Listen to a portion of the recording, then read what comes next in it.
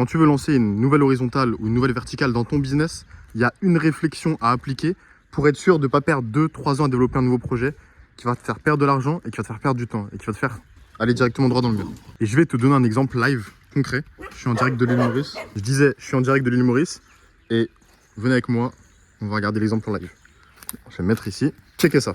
J'avais une conversation avec une Mauricienne hier qui me parlait des baguettes, du pain à l'île Maurice. Donc, constatez à quoi ressemble le pain à l'île Maurice.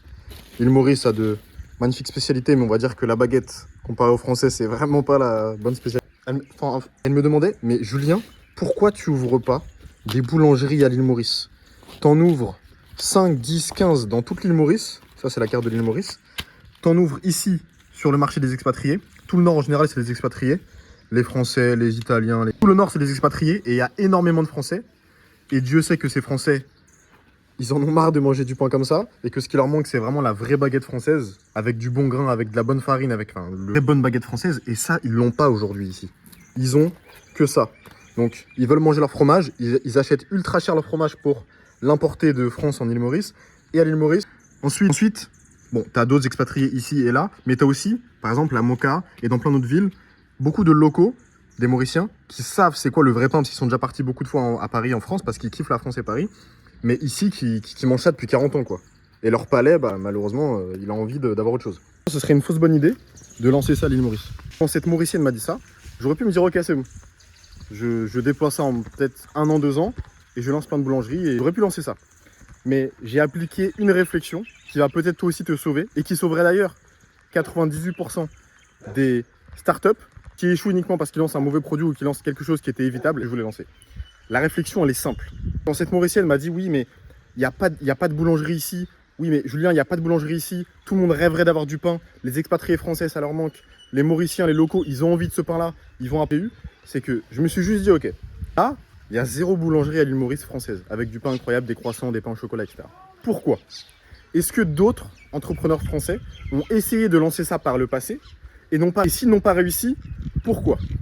Parce que c'est pas parce que, à l'heure actuelle, en novembre 2025, je suis à l'île Maurice, il y a 0 boulangerie française ici, c'est pas parce qu'il n'y en a pas actuellement qu'il n'y en a pas d'autres qui ont essayé par le passé.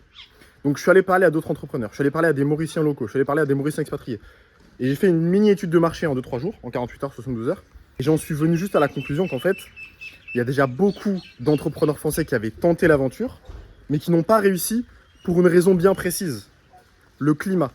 Parce que tout ce qui est farine, pâte, le pain, etc., à pétrir, c'est ultra compliqué dans un climat comme celui-là, assez tropical à l'île Maurice, de réaliser des baguettes aussi bonnes qu'en France. En fait, j'aurais pu partir dans le mur pendant 2-3 ans sur cette nouvelle verticale de mon business, investir des fonds avec, moi j'ai pas du tout le cash, mais investir des fonds avec des entrepreneurs ici à Maurice que je connais, et aller droit dans le mur.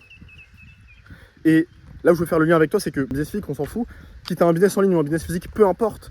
Mais aujourd'hui, si tu veux lancer des verticales ou des horizontales dans ton business, en ligne ou physique, demande-toi toujours, ok, il n'y a personne, mais pourquoi? Parce que justement, quand il y a de la concurrence, c'est qu'il y a de l'argent. S'il n'y a pas de concurrence, s'il n'y a personne, ça sent mauvais. Parce qu'en fait, on pense tous qu'on est unique, qu'on est les meilleurs, on a les meilleures idées, on est les plus créatifs en tant qu'entrepreneur. On a plein d'idées qui vont un peu à gauche, à droite, partout.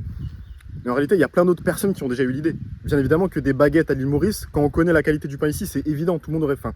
Il y a plein de... Et c'est pour ça que... Et donc pour toi aujourd'hui, vertical comme horizontal, demande-toi, ok, s'il y a personne, c'est qu'il y a une raison. Et lancer ce nouveau service que tu as vu, ou lancer cette nouvelle opportunité où tu t'es dit, ah, c'est une putain d'idée, je vais la lancer. Au final, après avoir appliqué cette réflexion, tu te rendras compte que 90% du temps, c'est pas une si bonne idée que ça.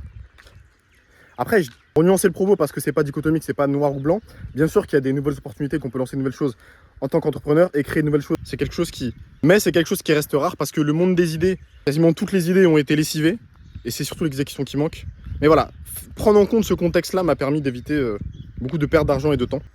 Et juste pour pousser la réflexion, j'ai un ami ici qui pêche à l'île Maurice et il cherche toujours le meilleur spot pour avoir le plus de poissons et pouvoir le manger. Et il me disait que cet ami, je l'ai vu pêcher un jour à un spot où il allait jamais, il allait toujours à Trou d'eau douce et un jour il est parti à un autre spot dans le nord de l'île Maurice. Et il m'a dit, Julien, j'ai trouvé un nouveau spot, il n'y a personne qui vient, c'est trop bien, je vais voir tous les poissons pour moi, etc. Et moi je lui dis, mais tu vas à quelle heure? Il me dit, je vais vers 9 h. Je lui dis, ok, mais qu'est-ce qui te prouve qu'à 7 h, 6h, 5h30 parce que à l'île Maurice le soleil se lève très tôt et se couche très tôt aussi. Qu'est-ce qui te prouve qu'il n'y a pas d'autres pêcheurs en fait et qu'il n'y a pas encore limite plus de pêcheurs que dans les spots où toi tu vas habituellement? Il était un peu sceptique, il a pas trop pris en compte ma réflexion. Je lui ai dit écoute, demain va à 5h, après-demain va à 7h et ensuite va à 6h et 8h30 et tu verras. Il m'a écouté, il a appliqué directement, exécution rapide et en fait c'est ce qui s'est passé. En fait ce spot était ultra connu, il pensait qu'il ne l'était pas. Et il y avait beaucoup plus de personnes à ce spot-là qu'à son spot originel. Et donc en fait, la réflexion c'est de se dire ça, c'est pas parce que tu vois pas de pêcheurs à 9h qu'il n'y en a pas eu un à 7h, et à 6h, et à 5h. Et c'est du bon sens paysan comme Togan dirait, c'est du bon sens, mais on n'y pense pas tout le temps. Donc voilà pour cette vidéo, clique sous le premier commentaire épinglé pour trouver mon numéro WhatsApp et m'envoyer un message si tu veux débloquer la croissance de ton business, et on se voit dans une autre vidéo. Ciao.